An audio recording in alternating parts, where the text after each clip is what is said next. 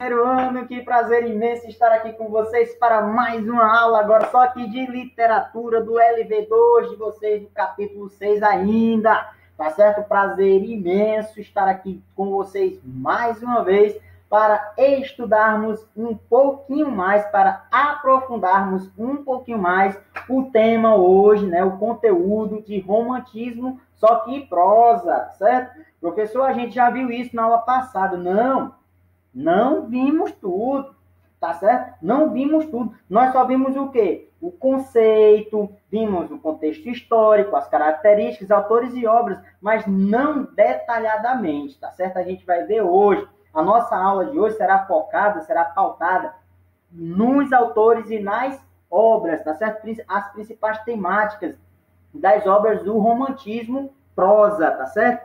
Afinal de contas, aqui é um tema, né, muito cobrado no Enem, tá certo? Não só no Enem, na UES, na FUVEST, enfim, na USP, em qualquer vestibular você vai ver romantismo, beleza? Lembrando que estamos falando aqui do primeiro momento literário genuinamente brasileiro. Podemos dizer que começa aqui a partir do romantismo, porque quinhentismo, arcadismo e barroco foram feitos, né, foram escritos lá na época colonial. Aqui a gente está falando de independência do Brasil, a gente está falando aqui de proclamação da República, nós estamos falando aqui de abolição da escravatura, nós estamos falando aqui de revolução, de mudança, de crescimento, tá certo? De uma classe, né, leitora, aqui uma nova classe leitora, a burguesia, tá certo? Por isso que o romantismo prosa vai se pautar muito em falar, principalmente, tá certo?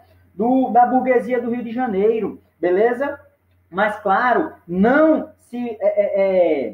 se furtando assim, tá certo? Do sentimentalismo, que é a principal característica do romantismo, é o sentimentalismo, tá certo? O subjetivismo, beleza? Show? Então vamos para lá.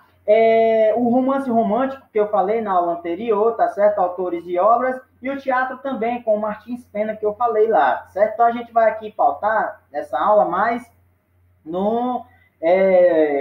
nos autores e nas obras, tá certo? Então vamos lá. As características aqui, só para retomarmos mais aí a aula anterior, vamos falar aqui um pouquinho. Todo romance romântico apresenta um herói. Sempre, sempre, sempre, sempre. Bote isso aí. Todo romance romântico apresenta um herói. Entenda-se como o quê? Protagonista. Ele está em constante conflito com o meio social em que vive. Por quê? Porque ele vai sofrer críticas, porque ele vai ser muito visado, porque ele vai ser motivo de inveja, de olho grande. Por quê? Porque o cara é feliz, beleza? Então, tem muito essa questão aí. Sempre no romance romântico você vai ter um herói, tá certo? Beleza? Por isso que ele vai ser o centro das atenções, ok?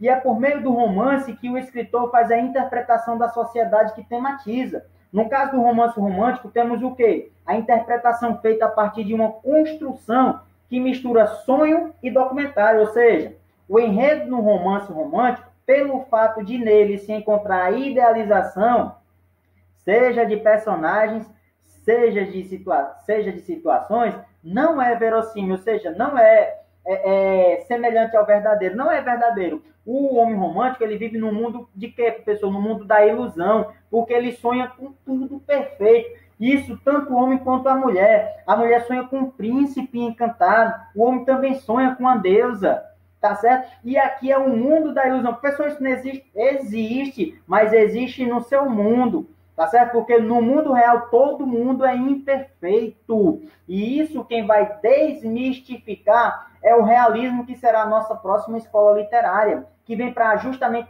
acabar com essa ideia aí de idealização da pessoa amada, né? O homem romântico, ele não vê defeitos. Você pode ver que tem inclusive até aquele preconceito, ela é tão bonita, mas fulano é tão feio para ela. Gente, é o amor supera tudo, tá certo? Então temos muito isso aqui, tá certo? É uma visão romântica, ok? Então, às vezes, o sentimento aqui ele não vai ser medido, pessoal, pela beleza. Ele vai ser medido pelo caráter, pelo sentimentalismo, pela valorização do outro, tá certo? Isso aqui é o homem romântico. Enquanto aquele homem realista, ele vai apenas observar o quê?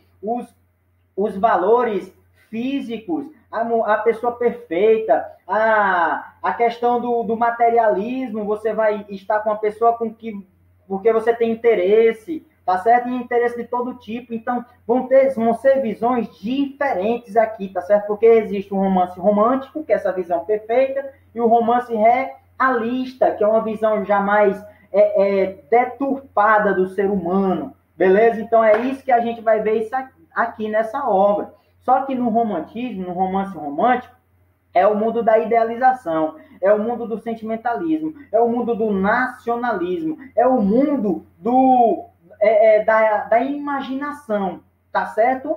Beleza? Aqui você coloca aquele ser que você ama no pedestal, como se fosse tudo. Não importa se essa pessoa é feia, se ela é magra, se ela é gorda, se ela é rica, se ela é pobre, não importa. O que importa é o que você sente, tá certo? Isso está acima de qualquer coisa, é o sentimentalismo, tá certo? O homem romântico, ele não visa o lado físico, o lado material, mas sim um lado o quê? Espiritual, o lado sentimental da coisa.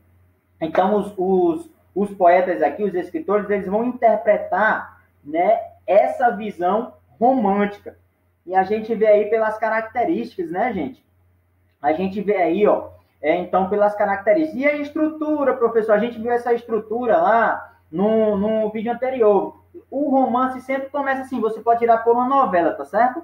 Tem lá o começo, né, que é tudo perfeitinho, tudo bonitinho, você vai conhecendo os personagens, aí depois no meio já começa o conflito, já começa a separação dos casais, já começa a inveja, já começa a aparecer um antagonista. Aí lá no finalzinho da história, aí volta todo mundo feliz, todo mundo se une de novo, todo mundo tá, enfim, felizes para sempre. É sempre assim. Sempre. No final, o amor supera tudo. Tudo, tudo, tudo. Essa é a estrutura do romance romântico. Beleza? Show?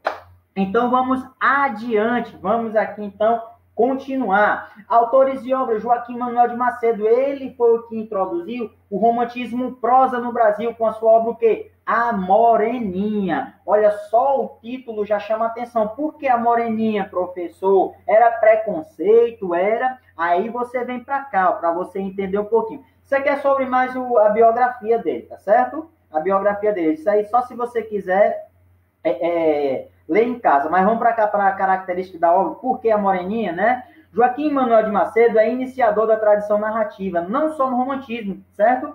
Mas de toda a literatura brasileira. Depois dele surgiram os demais grandes nomes, como o nosso ilustre cearense José de Alencar, tá certo? E outros, né?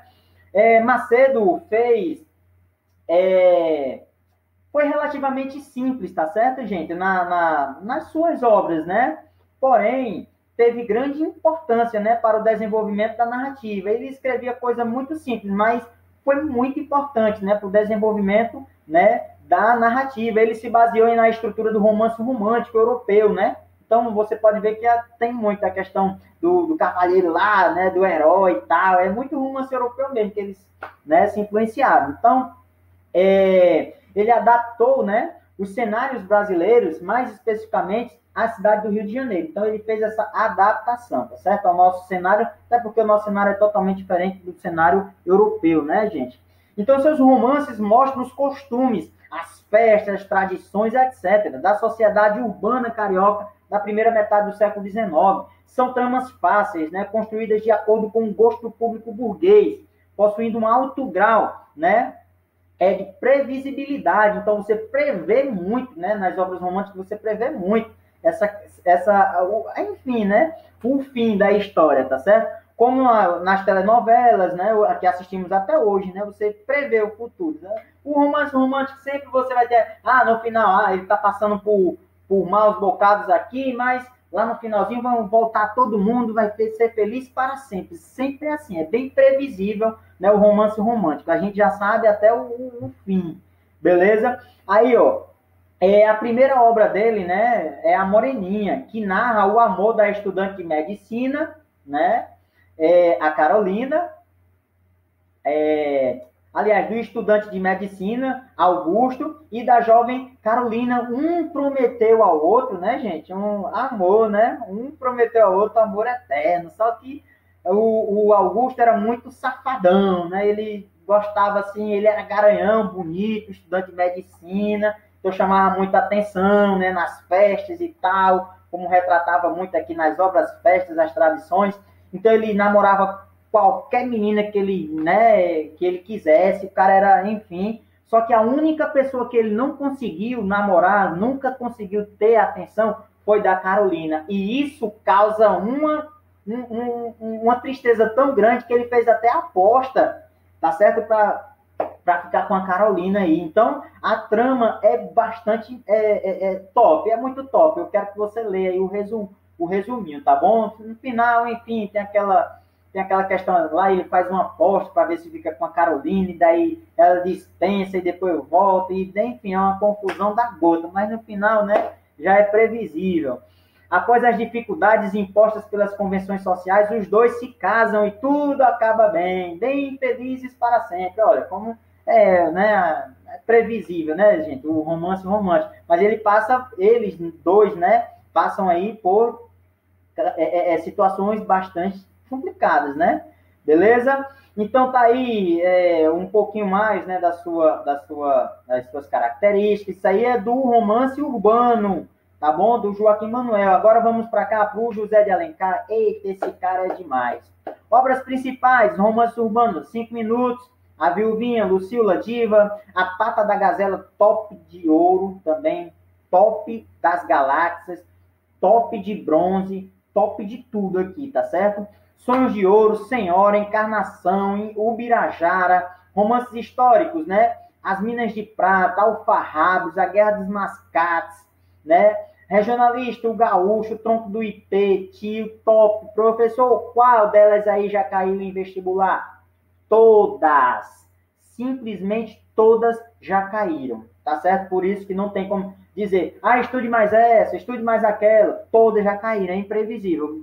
É previsível só o romance romântico, mas o que vai cair na prova é imprevisível, isso aí, porque todas as obras dele aí foram importantes, tá certo? E características gerais de suas obras.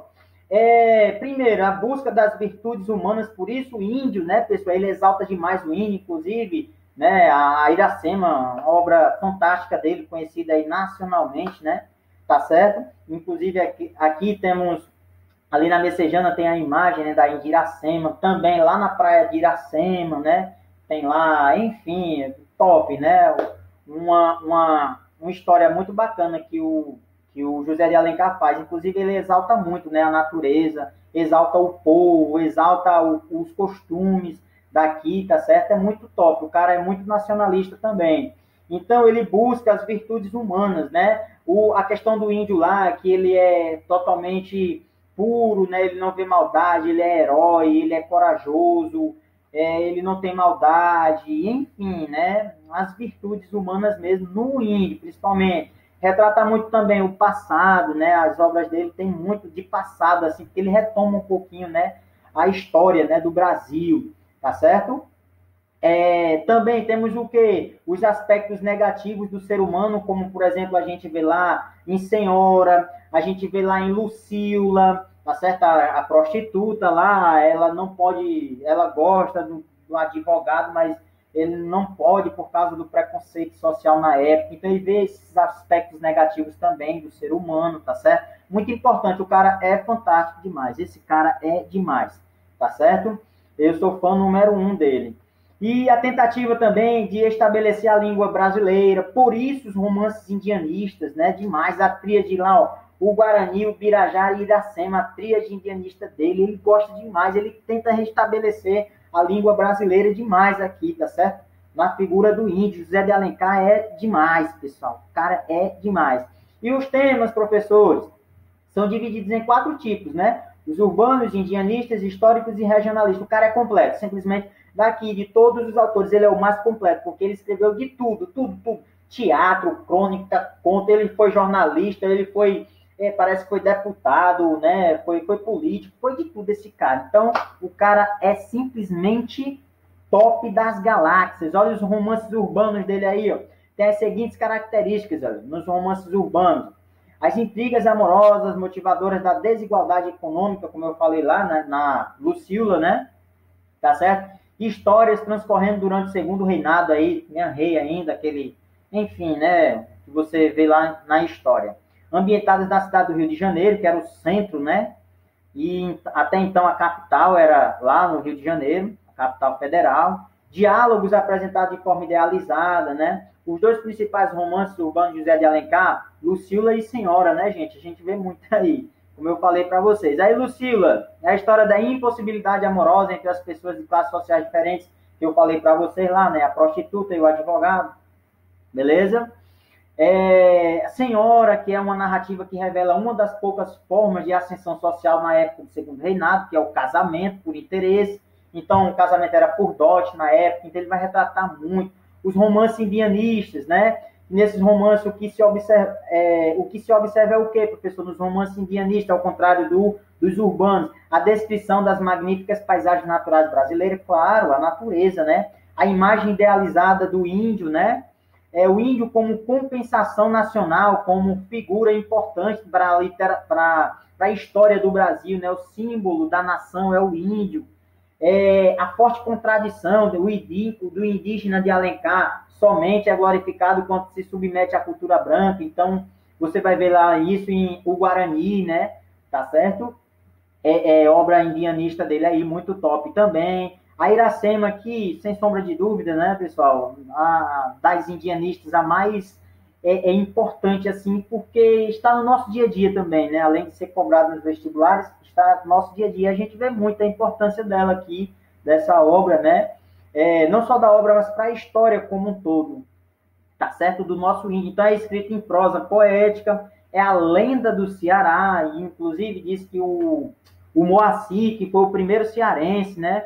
Filho da Iracema com o Martim, né? Que é o homem branco, enfim, daquela historinha lá toda e tal. Aí nasce Moacir, o primeiro cearense. Aí, pronto, começa aí a lenda do Ceará. Terra natal do autor. Alencar celebra esse texto, o fictício nascimento do primeiro brasileiro, né? Era a mistura das raças portuguesa e indígena. Aí tem aí um trecho aí das obras, né? Da obra Iracema dele, né? Que era uma ficção, tá certo? Indianista. Aí tem aí a fundamentação histórica, né? Tem os romances históricos também, tá certo? Que relata mais a história do Brasil, o passado do Brasil. Então, tudo isso, né? É importante no José de Alencar, autor mais completo aí, tá certo? Da nossa literatura da época, né? Brasileira. E podemos destacar também Visconde de Tauné. Inclusive, só voltando aqui, pessoal, Macunaíma também é lá a primeira obra do modernismo no Brasil, tá certo? Que vai justamente distorcer, assim, as ideias que tínhamos de índio aqui no romantismo no século XIX, tá certo? Aí, no século XX, o índio vai ser distorcido, já essa imagem de índio puro, índio herói, vai ser distorcida na obra, vai ser distorcida aí na obra do Macunaíma, né? Do Mário de Andrade, tá certo? A gente vai ver isso aí só lá daqui a 4 capítulos. A gente vai ver isso aí. Show? Então, Visconde de Tauné também, romance histórico aí, com a Inocência, tá certo? Tem o Bernardo Guimarães, com a Escrava Isaura, romance regionalista, né? Aí as características e temas, professor, o romance de Visconde de Tauné caracteriza-se por apresentar quanto à linguagem, estilo mesclado entre o nível culto e o falar do interior, né? Inocência, sua obra principal, é uma crítica ao patriarcalismo rural. Por vezes, o escritor utiliza-se de momentos cômicos e engraçados, né? Para ridicularizar o machismo que imperava nessa cultura social. Então, é muito top essa obra aqui, muito top. E o Bernardo Guimarães, que inclusive foi até minissérie aí, né? Da Rede Globo, né? A Escrava Isaura, aí, que passava nas novelas da tarde. Aí, características das obras do Bernardo Guimarães, né? Com a obra Escrava Isaura. As obras de Bernardo caracterizam-se por apresentar um estilo simples de linguagem, claro, né, o escravo. Os dois temas mais bem desenvolvidos do autor encontram-se em suas obras mais importantes, a Escrava Isaura e o Seminarista, muito top também, hein? E a primeira trata da questão abolicionista, né? E a segunda faz uma crítica ao celibato clerical, né? E a estrutura patriarcal opressora. O seminarista lá, aquela questão de padre não poder casar e tal, ele escreve muito isso aí, critica, né? Tá certo? Então é muito massa. Então lê aí o resumo das suas obras, tá certo? Beleza? Show de bola, show de bola. Aí temos também aqui o Manuel Antônio de Almeida, né, que caracteriza-se por contrariar, né, gente, os valores estéticos românticos da época, como na obra Memórias de um Sargento de Milícia, que é uma exceção dentro do período romântico, em que ele vai apresentar, ele vai mais se voltar para a realidade do que para o sentimento, tá certo? Por isso que é uma obra de transição aqui entre o romantismo e o realismo, ok? Então, é o Memórias de um Sargento de Milícia do nosso Manuel Antônio de Almeida, uma obra transitória aí. O teatro, Martins Pena, né, gente? Martins Pena, com principalmente o Noviço, o Juiz de Paz na Roça, que eu li na faculdade, muito top. Os dois, ou o Inglês Maquinista, muito top esse cara, velho, muito cômico, tem a questão da crítica, apresentar, né, a sociedade da época, muito massa mesmo. Então, tá aí as características e temas aí. Fundador do Teatro Nacional, escreveu comédias e dramas, porém destacaram-se as primeiras, né? Elas se caracterizam por serem comédias de costume, ou seja, demonstram os hábitos da sociedade da época. O autor ambientava suas peças na cidade ou na roça, por isso que é muito top esse cara, tá certo? Muito top mesmo. Então aí tem um resuminho do que você viu. Desde já eu deixo o meu grande abraço aqui, imensa saudade que eu sinto de vocês. Espero que nós possamos voltar logo às nossas aulas presenciais, tá certo? E matarmos essa saudade aí que aperta o peito. Desde já, tchau, tchau. Bons estudos para vocês, tá bom? Tchau, tchau.